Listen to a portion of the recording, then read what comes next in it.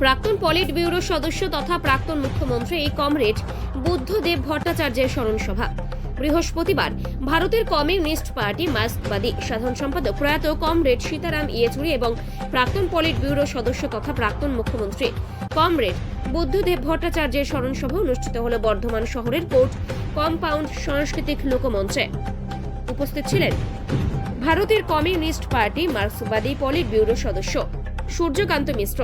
স্মরণ সভার শুরুতে নীরবতা পালন ও দুই কমরেডের প্রতিকৃতিতে মাল্যদান করা হয়।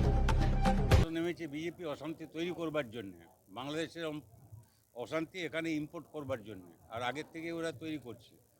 আমরা পথে নামবো, যদি নামতে হয় তাহলে এর বিরুদ্ধে নামবো। আমরা ওখানেও মানুষের শান্তি চাই, এখানেও মানুষের শান্তি চাই। এই সাম্প্রদায়িকতার যে বিপদ, এই বিপদ সারা দুনিয়ায় যে কোনো দেশের জন্য যে কোনো পরিস্থিতিতে চিরকালই আমরা তার বিরুদ্ধে লড়াই করি, ব্যাপক মানুষকে সমবেত করার জন্য।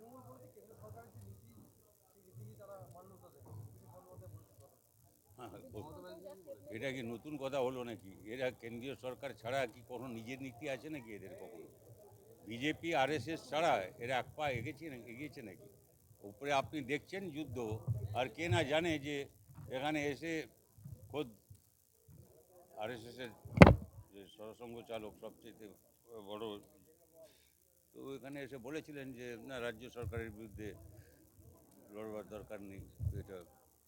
এটা অবশ্যই আরজিকর কাণ্ডের পরে আমি ঘটনার কথা বলছি, কিন্তু উনি যতবার এসছেন এখানে মুখ্যমন্ত্রী আমাদের, ততবার তার খাওয়ার বন্দোবস্ত, থাকার বন্দোবস্ত, আর তো কাগজে বেরিয়েছে নাকি, আমার কাগজে নয় তো, এটা সব সংবাদ মাধ্যমে বেরিয়েছে। উনি নিয়মিত খোঁজ রাখেন, আর উনি তো বলেছিলেন আমি ওদের সঙ্গে, বিজেপির সঙ্গে জোট করে এখানে এসে করব। চুপচাপ ফুলে চাপ হয়েছিল। ইতিহাস ভুলে গেলে তো মুশকিল আছে।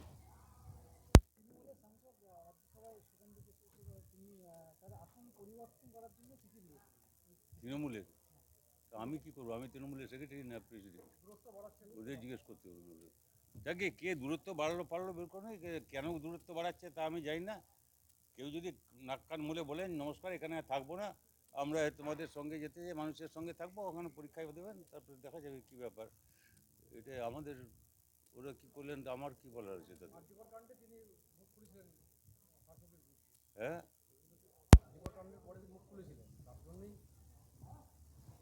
জানি না কে ও মুখ কে খুললো, তাতে কি কিছু বোঝা গেল নাকি? যে তাতে কি আসল সত্য খুলে গেল?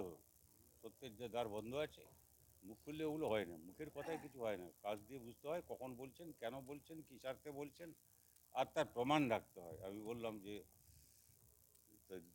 যেই সত্যের তথ্যে বিশ্বাস করুন না কেন, প্রয়োগের ভিত্তি হচ্ছে প্রমাণ। প্রয়োগ দিয়ে প্রমাণ হয়। হ্যাঁ, আচ্ছা, এসব আমাকে জিজ্ঞেস করছেন কেন? বিজেপি সদস্য করছে তো আমি কি করবো? যোগ দেবো নাকি ভেবেছেন?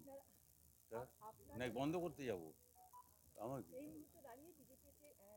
সে সদস্য করবে না, ওর পার্টি আছে, সদস্য কে সংগ্রহ করছে করুক। আপনারা কি মেম্বারশিপ পাঠাচ্ছেন নাকি ওর কাছে? আপনি পাঠাচ্ছেন নাকি, নাকি হতে চান নাকি? বলতে হবে কাউকে?